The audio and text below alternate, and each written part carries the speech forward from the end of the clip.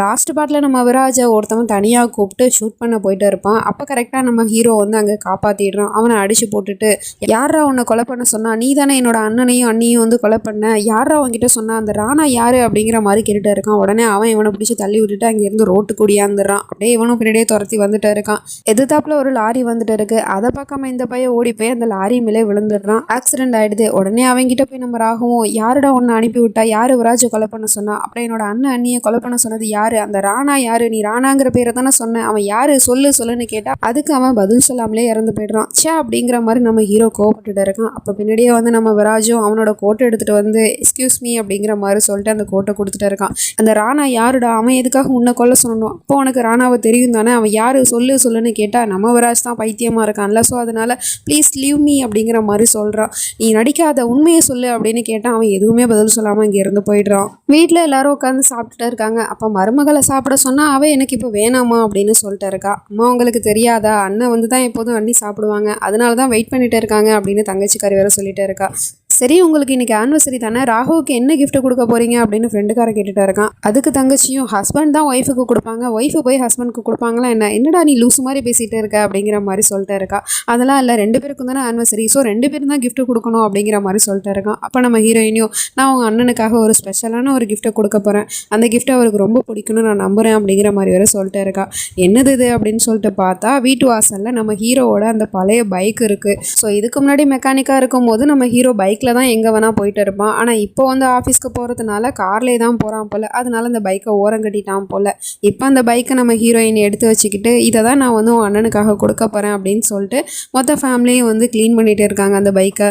அதுக்கப்புறம் ஒரு வழியாக பக்காவாக க்ளீன் பண்ணிட்டாங்க. புது பைக் மாதிரியே ஆயிடுச்சு. அந்த குட்டி பையனும், சித்தப்பா வந்த உடனே என்னை ரைடுக்கு கூட்டிகிட்டு போக சொல்லுங்கள் ப்ளீஸ் அப்படிங்கிற மாதிரி சொல்லிட்டு இருக்கான். உடனே பாட்டியும், இல்லைப்பா நீ நாளைக்கு போ சித்தப்பா கூட, இன்னைக்கு சித்தப்பாவும் சித்தியும் தான் பைக்கில் போவாங்க அப்படிங்கிற மாதிரி சொல்லிட்டு அங்கே இருந்து போயிடுறாங்க. நம்ம ஹீரோயினி புருஷனுக்காக வெயிட் பண்ணிட்டு இருக்கா. ஆனால் அவன் இங்கே மென்டல் ஹாஸ்பிட்டலில் வந்து எல்லாருக்கிட்டையும் பிரச்சனை பண்ணிகிட்டே இருக்கான். இங்கே என்ன நடக்குது, எதுக்காக இவனை வந்து ஒருத்தவன் கொல்ல வரான், அப்புறம் நான் வந்து பார்க்கும்போது இங்கே யாருமே இல்லை, இப்போ எல்லாரும் வந்து நிற்கிறீங்க சொல்லி வச்ச மாதிரி, இங்கே என்னதான் நடக்குது அப்படிங்கிற மாதிரி கேட்டுகிட்டே இருக்கான். அப்போ அந்த ஏசிபியும் வந்து, என்ன ஆச்சு ராகும், எதுக்கு இப்போ பிரச்சனை பண்ணிட்டு இருக்க அப்படின்னு கேட்குறாரு. உங்கள் வேலையை நீங்கள் சரியாக பண்ணியிருந்தா நான் எதுக்காக இங்கே வந்து பிரச்சனை பண்ணணும், நீங்கள் போலீஸ் ஆஃபீஸர் தானே, நீங்கள் இங்கே இருக்கீங்க, அப்புறம் உங்களுக்கு துணையாக இத்தனை பேர் இருக்கிறாங்க, இத்தனை போலீஸ் ஆஃபீஸர் இருந்துமே ஒரு கிரிமினல் எப்படி உள்ளே வந்தான், அவன் வந்து மென்டல் மாதிரி ட்ரெஸ்ஸை போட்டுக்கிட்டு விராஜை வந்து கொலை பண்ணுறதுக்கு வந்திருக்கான். ஆனா இது எதுவுமே உங்களுக்கு தெரியாதுல்ல, இப்போ வந்து என்ன பிரச்சனை பண்றேன்னு என்கிட்ட வந்து கேக்குறீங்க அப்படின்னு கோவப்பட்டுட்டு இருக்கான். நீ இப்போ கரெக்ட் டைமுக்கு வந்து விராஜோட உயிரை காப்பாத்தினது நல்ல விஷயம் தான், அதுக்கு நான் உன்னை வந்து அப்ரிசியேட் பண்றேன். அதே மாதிரி இதை யாரு பண்ண சொன்னாங்கிறதையும் நான் வந்து கண்டுபிடிக்கிறேன் கூடிய சீக்கிரமா அப்படின்னு சொல்லிட்டு இருக்காரு. என் அண்ணன் அண்ணியை யாரு கொலை பண்ணாங்கிறதே உங்களால இவ்வளவு நாள் ஆச்சு கண்டுபிடிக்க முடியல, அந்த கேஸை சால்வ் பண்ண முடியல, இப்போ இந்த கேஸை மட்டும் நீங்க ஈஸியா சால்வ் பண்ணிடுவீங்களா? பைதவே இவனை கொல்ல வந்தான்ல அவனுமே இப்போ செத்து போயிட்டான். அவனை பிடிக்க போகும்போது ஒரு லாரியில் அடிபட்டு அவன் செத்து போயிட்டான். அவனோட பாடி வந்து இப்போ போலீஸ் கஸ்டடியில் இருக்கு. கூடிய சீக்கிரமே நீங்க கண்டுபிடிக்கிறீங்களோ இல்லையோ, இதெல்லாம் பண்ற அந்த ராணா யாருங்கிறத நான் கண்டுபிடிச்சு காட்டுறேன் அப்படின்னு சொல்லிட்டு நம்ம ஹீரோ சவால் விட்டுட்டு அங்கே இருந்து போயிடுறான். இப்போ நைட்டு ஆகிடுது. நம்ம ஹீரோயினி புருஷனுக்காக வெயிட் பண்ணிகிட்டே இருக்கா. ஆனால் அவன் இன்னும் வந்த பாடா தெரியல. அப்படியே திட்டிக்கிட்டே உட்காந்துருக்கா. இவ்வளோ நேரம் ஆச்சு, இவ்வளோ நேரம் அவர் எங்கே தான் போனாரோ தெரியல, கிஃப்ட் வாங்குறதுக்கு இவ்வளோ நேரமாக ஆகும் அப்படிங்கிற மாதிரி திட்டிகிட்டே இருக்கா. அப்போ தான் அவனும் வந்து கண்ணை பொத்திட்டே இருக்கான் பின்னாடி. இவ்வளோ நேரமாக வர்றதுக்கு நான் உங்ககிட்ட பேச மாட்டேன் போங்க அப்படிங்கிற மாதிரி கோச்சிக்கிறா. அப்போ தான் அவனோட சட்டையில் இருக்கிற கரையை பார்க்குறா. இது எப்படி வந்துச்சுன்னு கேட்டால் அவன் ஏதோ சொல்லி சமாளிக்கிறான். வர்ற வழியில் கார் ரிப்பேர் ஆகிடுச்சு, அதனால தான் லேட்டாகவும் ஆகிடுச்சு, நானே வந்து அதை சரி பண்ணேன், அதில் தான் இந்த கரை வந்துருச்சு அப்படிங்கிற மாதிரி சொல்லிட்டு இருக்கான். சரி போங்க, நான் உங்ககிட்ட பேச மாட்டேன் அப்படின்னு நம்ம ஹீரோயினி கோச்சிக்கிட்டு போகிறா. அப்போ நம்ம ஹீரோ வந்து இவளுக்காக ஒரு கிஃப்ட் வாங்கிட்டு வந்திருப்பான்ல, ஸோ அதை எடுத்து வைக்கிறான். அதை பார்த்த உடனே நம்ம ஹீரோயினி அதை எடுக்கிறதுக்காக அந்த பக்கமாக போனால் அதை எடுத்து இந்த பக்கம் வைக்கிறான். சரி இந்த பக்கம் வந்தால் அதை எடுத்து அந்த பக்கம் வச்சுட்டே இருக்கான், விளாண்டுட்டே இருக்கிறான். சரி விடுமா, ஏதோ லேட் ஆகிடுச்சு, இன்றைக்கி நம்மளோட கல்யாண நாள் தானே, இன்றைக்குமா நீ கோச்சிக்கிட்டே இருப்ப அப்படிங்கிற மாதிரி சொல்லிட்டு அவளை சமாதானப்படுத்திடுறான். அதுக்கப்புறம் அவளுக்கு அப்படியே சாப்பாடு ஆசையாக அவள் ஊட்டி விட இவன் ஊட்டி விட அப்படின்னு சொல்லிட்டு மாறி மாறி ஊட்டி விட்டுட்டு இருக்காங்க. அப்போ இவனும், சரி நான் உனக்கு கிஃப்ட் கொடுத்துட்டேன், என்னோட கிஃப்ட் எங்க அப்படின்னு கேட்டா, உங்களோட கிஃப்ட் வெளியே இருக்கு வாங்க அப்படின்னு சொல்லிட்டு கண்ணை புத்தி அப்படியே கூட்டிட்டு போயிட்டு இருக்கா. இந்த பக்கம் டாக்டரும் பயந்து போயிட்டு ஏசிபி கிட்ட சொல்லிட்டு இருக்காரு. அந்த ராகுவுக்கு தெரிஞ்சு போச்சு விராஜ் யாரோ கொலை பண்ண ட்ரை பண்றாங்க அப்படின்னு. அது நாம தானே தெரிஞ்சிச்சுன்னா பெரிய பிரச்சனை ஆயிடும் சார், கொஞ்ச நாளைக்கு இதை போஸ்ட்மார்ட் பண்ணி வைப்போம் அப்படிங்கிற மாதிரி சொல்லிட்டு இருக்காரு. அதுக்கு அந்த ஏசிபியும் கேட்காம, அதெல்லாம் இல்லை, நான் அந்த விராஜை கொன்னே தருவேன், அதுவும் கூடிய சீக்கிரமாவே அப்படிங்கிற மாதிரி வேற சொல்லிட்டு இருக்காரு. விராஜ் மேல அப்படி என்ன அவருக்கு காண்டு அப்படிங்கிறது தெரியல.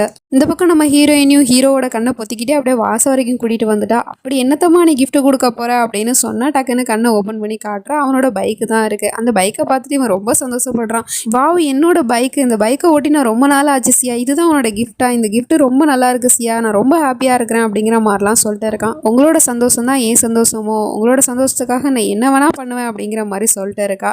அப்படியா, அப்போ நீ இமீடியட்டாக இப்போவே ஒன்று பண்ணி ஆகணும் அப்படின்னு சொல்லிட்டு அப்படியே கிஸ் கேட்டுட்டு இருக்கான். அதுக்கப்புறம் இல்லை நீங்கள் ஃபஸ்ட்டு என்னை பைக்கில் ரைடு கூட்டிகிட்டு போங்க, அதுக்கப்புறமா பார்த்துக்கலாம் அப்படிங்கிற மாதிரி சொல்லிடுறா. அதுக்கப்புறம் அவனும் ஓகே அப்படிங்கிற மாதிரி சொல்லிட்டு ஜாலியாக குஷியாக வந்து ஹெல்மெட் எடுக்கிறதுக்காக உள்ளே போயிடுறான். அங்கே போய் பார்த்தா அந்த ஃப்ரெண்டுக்காரன் தான் நிற்கிறான். நீங்கள் எங்கே போனீங்க, ஆஃபீஸ்க்கு வரவே இல்லையே அப்படின்னு சொல்லிட்டு கேட்டால் அவங்ககிட்ட வந்து நம்ம ஹீரோ எல்லா விஷயத்தையும் சொல்லிடுறான். இந்த மாதிரி விராஜ் ஒருத்தவங்க கொலை பண்ண ட்ரை பண்ணா, அவன் வேற யாரும் இல்லை, நம்ம அண்ணா அண்ணியை கொலை பண்ணவன் தான் அவனும், அவனுக்கு பின்னாடி யாரோ ஒருத்தவங்க இருக்காங்க, அவன் ராணாங்கிற பேரை தான் சொன்னான். அப்புறம் அந்த ராணாக்கு விராஜ் தெரிஞ்சிருக்கு, அவன்கிட்ட கேட்டால் எதுவுமே சொல்ல மாட்டான் அப்படிங்கிற மாதிரி அவனை பற்றி பேசிட்டு இருக்கும் போது அங்கே நம்ம ஹீரோயினி வந்துடுறான். விராஜை பற்றி என்ன நீங்கள் 2 பேரும் பேசிட்டு இருக்கீங்க அப்படின்னு சொல்லிட்டு கேட்டால் நம்ம ஹீரோ வந்து ஏதோ சொல்லி சமாளிக்கிறான். அது ஒன்றும் இல்லாமல் அந்த பையன் திரும்பவும் வந்து மென்டல் ஹாஸ்பிட்டலில் பிரச்சனை பண்ணியிருக்கான், நம்ம கிட்ட பேசணும்னு சொல்லிட்டு அதை பற்றி தான் நாங்கள் இங்கே பேசிகிட்டு இருக்கோம் அப்படிங்கிற மாதிரி சொல்லிட்டு இருக்கான். இங்கே பாருங்க, நான் உங்ககிட்ட எத்தனையோ தடவை சொல்லியிருக்கேன், இந்த வீட்டில் விராஜோட பேரை யாரும் எடுக்கக்கூடாது அப்படின்னு, இதுவே ஃபர்ஸ்ட் அண்ட் லாஸ்ட்டாக இருக்கணும் அப்படிங்கிற மாதிரி சொல்லிடுறான். சரி பேசலை, இப்போ எதுக்கு நீ உன்னோட மூடை ஸ்பாயில் பண்ணிக்கிற, வா நம்ம 2 பேரும் பைக் ரைடு போகணுன்னு தானே ஆசைப்பட்ட, வா போகலாம் அப்படிங்கிற மாதிரி கூட்டிகிட்டு போயிடுறான். 2 பேரும் வந்து ஜாலியாக பைக்கில் ரைடு போயிட்டு இருக்கிறாங்க. பார்க்கறதுக்கே அழகாக இருக்குது, க்யூட் கப்பலாக இருக்கிறாங்க. அப்போ இவனும் வேகமாக வண்டி ஓட்டிகிட்டு போயிட்டு இருக்கான். எதுக்காக ராகவ் இவ்வளோ வேகமாக போகிறீங்க அப்படின்னு சொல்லிட்டு கேட்குறான். ஏன் உனக்கு பயமாக இருக்குதான்னு கேட்குறான். பயமா எனக்கா, என்னோட புருஷன் என் கூட இருக்கும்போது நான் எதுக்காக பயப்படணும் அப்படின்னு சொல்லிட்டு 2 பேருமே மாறி மாறி ரொமான்டிக்காக பேசிக்கிட்டு அப்படியே பைக் ஓட்டிகிட்டு போயிட்டு இருக்காங்க. இங்கே அந்த ஃப்ரெண்டு காரனும் அவனோட பொண்டாட்டியை வந்து எழுப்பிட்டு இருக்கான். அவங்க 2 பேரும் ஜாலியாக பைக்கில் ரைடு போயிட்டு இருக்காங்க. வாயே நம்ம 2 பேரும் போவோம் அப்படிங்கிற மாதிரி கூப்பிட்டுட்டு இருக்கான் பொண்டாட்டியை. அவங்க 2 பேரும் போகிறாங்கன்னா அவங்களுக்கு இன்றைக்கி ஆனிவர்சரி, அதனால் போகிறாங்க. நமக்கு என்ன, பேசாமல் படுத்து தூங்குங்க, குட் நைட்னு சொல்லிட்டு அவள் இழுத்து போத்திட்டு தூங்கிடுறா. இந்த பக்கம் நம்ம விராஜ் வந்து அவனோட ரூமில் இருக்கிறான். அப்போ அந்த டோர் வந்து ஆடிக்கிட்டே இருக்குது. உடனே இவனும் யார் அது, யார் அங்கே நிற்கிறீங்க அப்படிங்கிற மாதிரி கேட்டுகிட்டே இருக்கான். ரொம்ப சைல்டிஷாக தான் பேசிகிட்டு இருக்கான். ஆனால் அங்கேருந்து எந்த ரிப்ளையும் வரல. அந்த கதவு மட்டும் ஆடிக்கிட்டே இருக்குது. யார் அது, யார் அது அப்படின்னு சொல்லிட்டு இவனும் கேட்டுக்கிட்டே அப்படியே போயிட்டு இருக்கிறான். அந்த பக்கம் அந்த டாக்டரும் நர்ஸுங்க கிட்ட ஒரு இன்ஜெக்ஷனை ரெடி பண்ண சொல்லிக்கிட்டு 2 பேரும் நல்லா கவனமாக கேட்டுக்கங்க, அந்த விராஜ்கே தெரியாமல் தான் அவனை நீங்கள் கடத்தணும் அப்படிங்கிற மாதிரி சொல்லிட்டு இருக்காரு. அதை தூரத்துலேருந்து அந்த விராஜ் பையலும் கேட்டுடுறான். ஸோ நம்மளை தான் கடத்த திட்டம் போடுறாங்க அப்படின்னு சொல்லிட்டு அவன் இங்கேருந்து எஸ்கேப் ஆக பார்த்தா டக்குன்னு அங்கே 4-5 பேர் ஓடி வந்து அந்த பயலோட உடம்புல திரும்பவும் மயக்க ஊசியை போட்டு அவனை அப்படியே மூட்டை கட்டி அங்கேருந்து தூக்கிட்டு போயிட்டு இருக்காங்க. என்ன பண்ண போகிறாங்க அப்படிங்கிறது தெரியல. ஐ திங்க் இதுவுமே அந்த ஏசிபியோட வேலையாக தான் இருக்கும்னு நினைக்கிறேன். வெயிட் பண்ணி தான் பார்க்கணும். நெக்ஸ்ட் நினச்சி நம்ம அடுத்த பாட்டில் பார்த்து தெரிஞ்சுப்போம். அது வரைக்கும் பை ஃப்ரெண்ட்ஸ்.